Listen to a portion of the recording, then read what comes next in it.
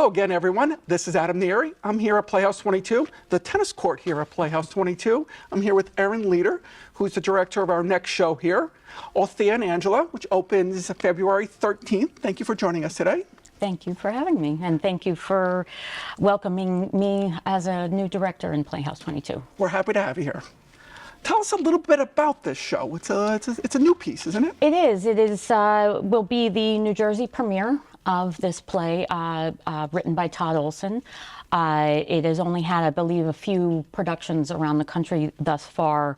So it's really exciting in and of itself that it is a new work.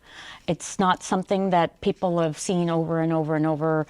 And with that, it's a little freeing for us to, in keeping with what the playwright wrote and wanted and the feeling, but that we don't have other versions that are swaying us or so, but it is about, so there's Althea Gibson and Angela Buxton. Althea Gibson, born and raised in Harlem, New York, an African-American tennis player who was, as you can imagine, in the 1950s and 1960s, it was a very trying time in the country and in sports and in tennis. She wasn't just a female, and females were looked down upon.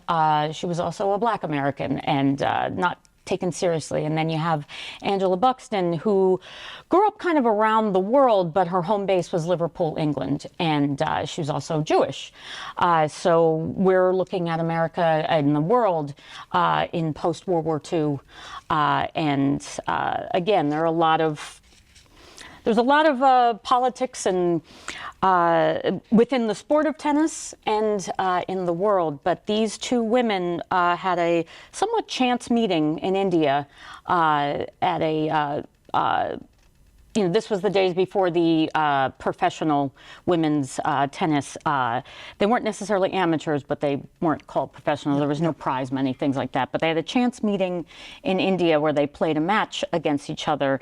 And Todd Olson, the playwright, really pulled from a lot of facts available to us through interviews and Althea Gibson's memoir about these two, that they really came together and influenced each other's lives really, really greatly, that the impact was profound. It wasn't simply Angela's impact on Althea, but also Althea's impact on Angela. They empowered each other, I think, to be more their real selves, and then became lifelong friends who weren't able to see each other a lot in their later years, but they, I think, for each other were it was the one other person in their life who they felt they could just truly be themselves with. Kind of understand each other. Exactly. They came around to understand each other, even though they came from different backgrounds. Right, and I think they bonded a bit on their mutual discrimination, but also just their mutual love of obviously tennis, but movies and just being goofy and being young and tennis and sports and it's a very, I would say, prescient kind of a story for us here today. But it's something that anybody really will, I believe, relate to, enjoy, whether you're a sports fan or not, whether you know anything about tennis or not. I think it's such a dynamic story that is long overdue, I think, for these two women to be told. They've both been forgotten in a way from our history, not just in tennis, but it's really exciting that we get to be the New Jersey premiere of this. I mean, you're directing two women and a third guy in the show. What's it like to direct two women to play real life characters? It's not the first time that I've directed something that was based on a real person. And my rule of thumb is to, use the source material, but also use the text of the play. And we were a little less concerned about finding actors who looked entirely the part. In real life, Althea and Angela were a bit taller, a bit more, it's scrawnier, skinnier, athletic, but the two actors we found, though, they both look and don't look like their real life counterparts. But I asked them to use all of the source material. Our dramaturg actually provided a lot of really great material, but use it as inspiration and then to go from there and to find their characters, and to use that word again, empower themselves to be that person, and while staying respectful to these real human beings, while not doing anything so outside of who they were. But within the play, because it is a memory play of sorts and has a somewhat hazy, dreamlike quality through a lot of it, I think there is that room for these two actors to play these women in a more organic way, rather than just pretending to be a real person, as though they're playing a role in a, parade or, kind of thing. We did Frost Nixon a couple years ago, I guess 10 years ago, and it was very important for us to get the actors who played the real life people, especially Peter Ryman, who played Richard Nixon, not to play an impression of Richard Nixon, play a character inspired by him. And it was great to watch him play a part of somebody that was part of our lives. I mean, a little couple years before us, but we all knew who Richard Nixon was, and it was really a telling story. And you watched him saying it wasn't Richard Nixon, but you got the inspiration of who Richard Nixon is. Right. Now, working in a space like this, I mean, we created a tennis court, and the audience is all the way around. What's it like to direct in this space?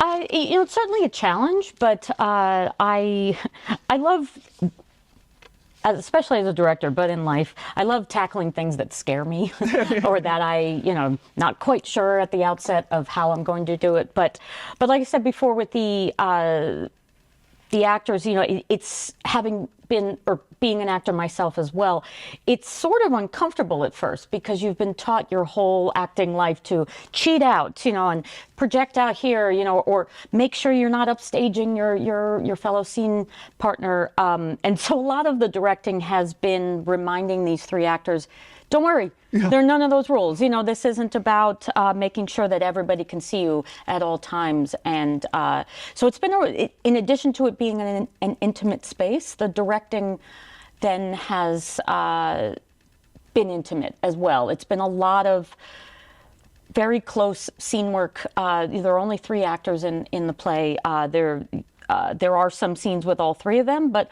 the majority of them, that the full scenes that are outside of a match, it's just two people, and it's beautiful just to be able to push these actors to just be humans and live and react and speak and move the way a real human would. And I think they've hit that point where it's turned away from being strange and feels awkward to it actually being freeing, and I think they're enjoying it. Good.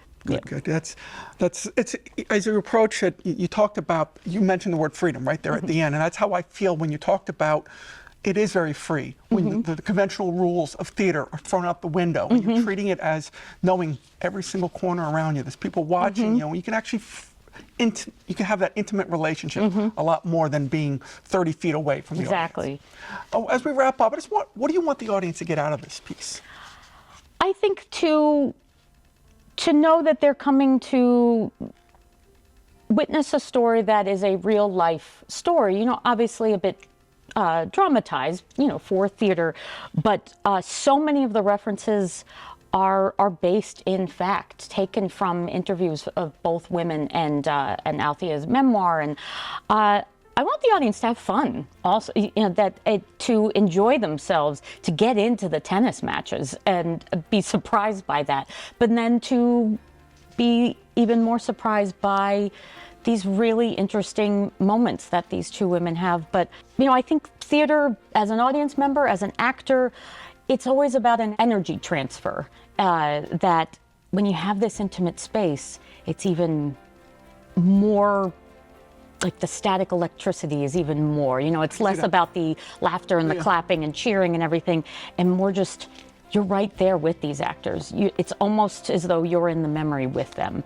And just to come to be excited to see something in a way that you maybe have never seen before. I'd never been seen in New Jersey either. Exactly. Yeah. Yeah, very exciting. Well, thank you for joining us. I would like to wish you the best of luck during this run. Thank you so much. Thank you for having me. Yep.